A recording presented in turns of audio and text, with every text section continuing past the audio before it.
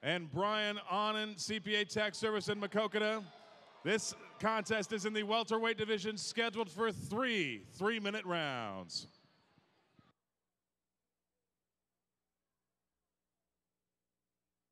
You're in my domain, got the whole crowd screaming out our name. It's a blowout, it's a hurricane, it's over before you know it. Why you shaking? We're a dynasty in the making.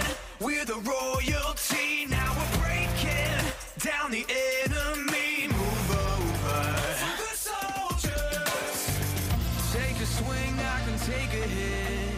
If we die, it's fine, we live for this. It's all for this.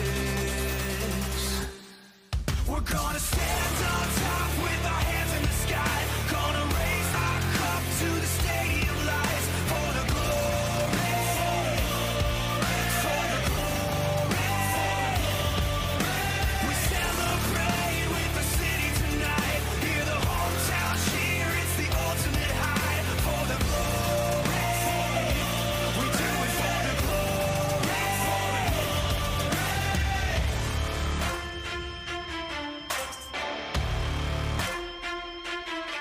Yeah, we've waited for our time to come, calculated everything we've done, we've upgraded.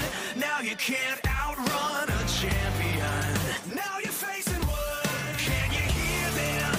Yeah, it's all for us. You believe that.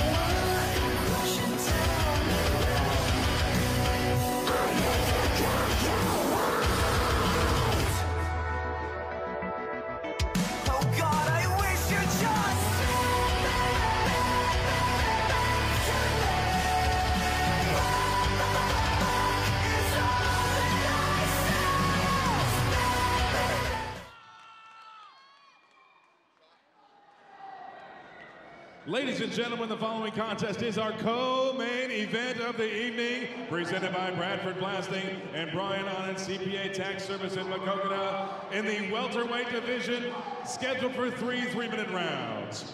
Introducing first, fighting out in the blue corner, this mixed martial artist weighed in at 176 1/2 pounds. Representing De La Rosa Submission Wrestling Academy and fighting out of Beloit, Wisconsin, ladies and gentlemen, this is Jordan Henthorn.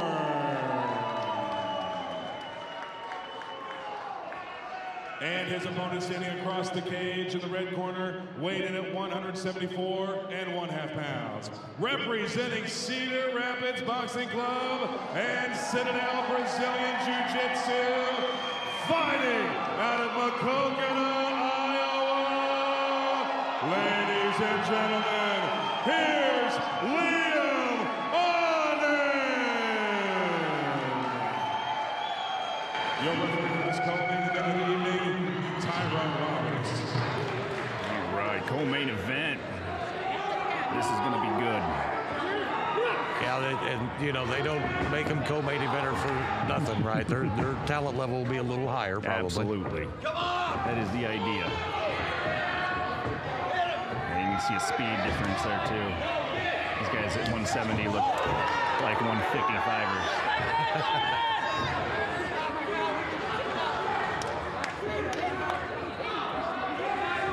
Liam's taking a few punches there, but he keeps coming back.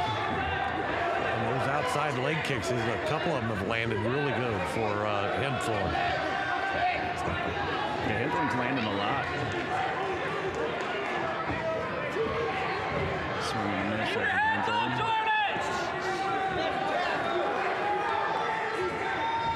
There's a big takedown from Liam, and that's what he was talking about earlier when you got to drive through it. You notice how he just kept pushing.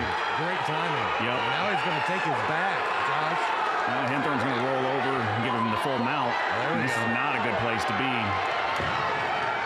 And he's still moving, though. So those transitions are going to keep the referee from stopping this fight. Even if he's taking punches, as long as he's transitioning and moving around, he's not going to have to worry about getting getting stopped. He's trying to get that arm in there and get the choke, Josh. That is deep. That is really deep. He's going to spin out of it, though. He's going to spin out of this. Look at this. Wow. Hey, I've got to give him some credit there. Henthorn getting out of that, I thought it was locked in. Liam, you could see on Liam's face, he was putting everything he had into that, cranking it. Anyway, it might have just been a neck crank. I can't tell from our angle over here. It may not have been a choke, but either way. Good job. Good job, Jordan. Wow, that's a big takedown. Woo!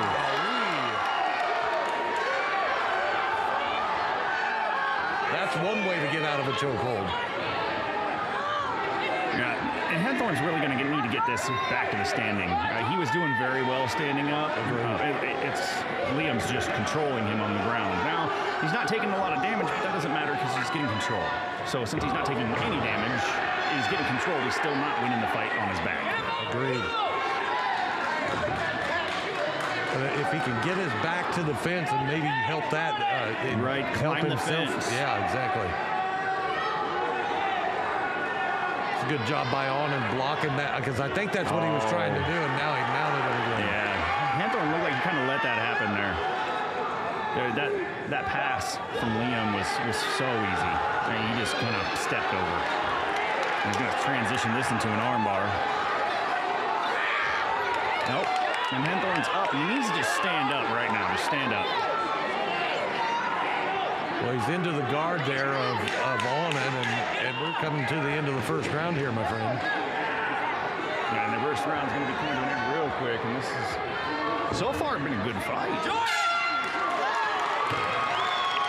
that was a good round. And, you know, I thought Aunan controlled that first round for the most part, but hey, you got to give Jordan Henthorn some credit there, fighting back and ended up in the, inside the guard and on top there towards the end of the round. Yeah, and Henthorn was doing good on the stand-up too. I mean, he was landing just about everything he was throwing. And I think that's why Liam kind of leaned towards his wrestling and said, I'm going to take him down because he's beating me on the stand-up. I'm tired of getting kicked in the legs. Let me get this thing on the ground. Stop hitting me. I'm just going to take you down. I'm going to beat you up.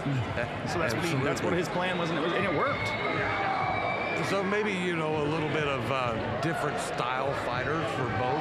One that I think, like you mentioned, Henthorn maybe needs to keep this standing on the feet. His stand-up looked a lot better now. That was just a few seconds in a round that we've seen. I mean, it's not much to go off of, but he was winning the stand-up, so you got to go. His coach should be talking to him about that. You're winning that stand-up. Let's see what you can do in this round. Keep it standing. Yeah, stuff those takedowns. Josh, take a look at the right eye of Liam Aunan. It is nasty. It is blowing up.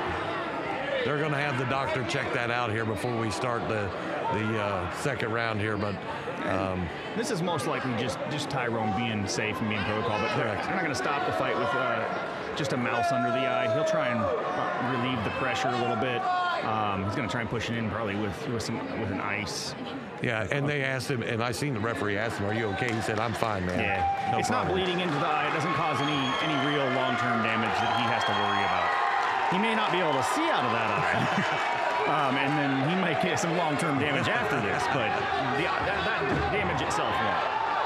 Yeah, he'll have trouble seeing that left from Henthorn. Yeah, and the problem with that is that mouth is going to keep getting bigger. His eye's going to completely close, so he really needs to make some moves right now before he can't see it all. Yeah. And that's a great, he drove through it again. Or do that and control the fight on the ground. That way he doesn't have to worry about it. Yep. And Liam's doing a great job at doing that. He's getting him down on the ground. He's controlling him very well. Jordan hasn't had, other than the end of the last round, much of a retaliation on the ground. And you know, we mentioned the kicks there, and you can see it on Aunan's legs, the same color as his shorts. Those kicks hurt, but he is taking advantage of this here. It's getting bad. You can see that Liam is really kind of light on top. I mean, you can see space between him and Jordan. He's just riding him. He's letting him do whatever he wants to do, but I'm going to keep you where I want you. That was a good attempt there by Henthorn to buck him over the top. Yeah, and Henthorn's face is bleeding a little too. I don't know whether he's just got a busted lip or it looks like it's coming from the mouth there maybe. It could just be his mouth guard too.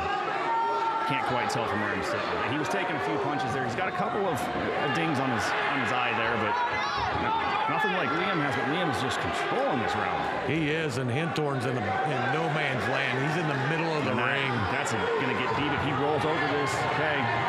He's got an arm in. There we go. And the tap. There we go. That was absolute domination on the ground by Liam Aunan. He got it locked in. He had the arm up next to the head and got it locked in and just put the squeeze on. Yeah, that arm choke that he had in there, as soon as he moved over, I knew it was going to be done. I mean, you can't fight that. It's unfortunate, but you let it get in there, it's just too late. You don't want that arm under the chin ever.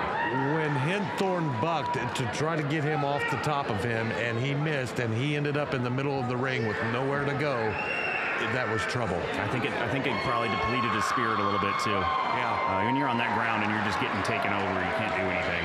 With mojo and momentum, it's a heck of a thing in all sports, my man. It is, absolutely is. Let's go ahead and take it inside the cage here to Mike Savage and see what we got going on. Ladies and gentlemen, this contest ends at 1 minute and 34 seconds of round number 2. Your winner, due to submission via arm triangle choke, Liam Aunan.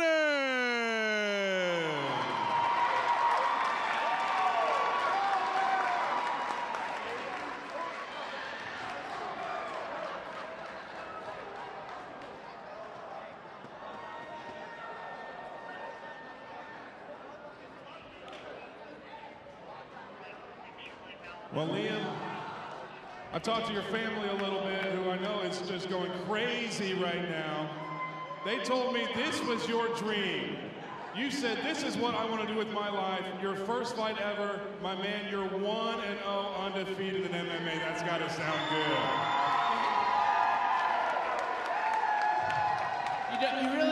You don't even realize until you're in here. You can't prepare for this, man. I've been trying, thinking I was prepared for a whole year.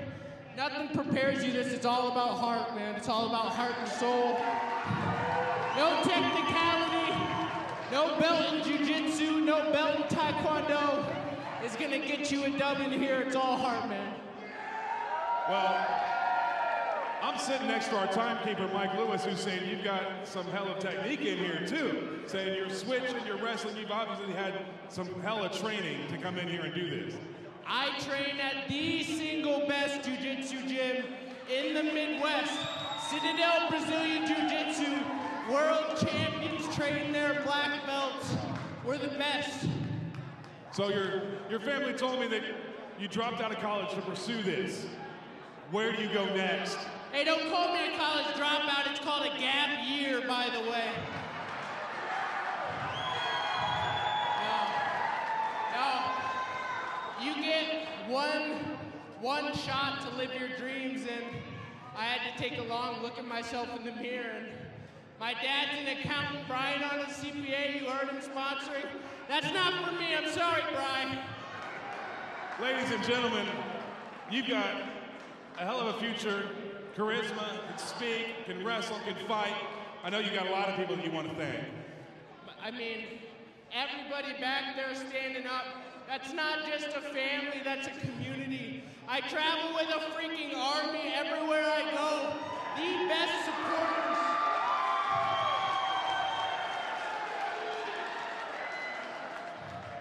I've lost a lot of relationships through my life, but the ones that stay, they're the only ones that matter, man. I would die for those people. They would die for me. I love them. I have a feeling there's going to be more people in your community very, very soon. Congratulations. Hey, this eye isn't nothing. I'm going to be back in the Tru Rev cage next month. Somebody fight me. I know none of you are going to want to, but let's go. He's calling somebody out February 11th in Burlington. Give it up for your winner of our co-main event of the evening, Liam Aunan.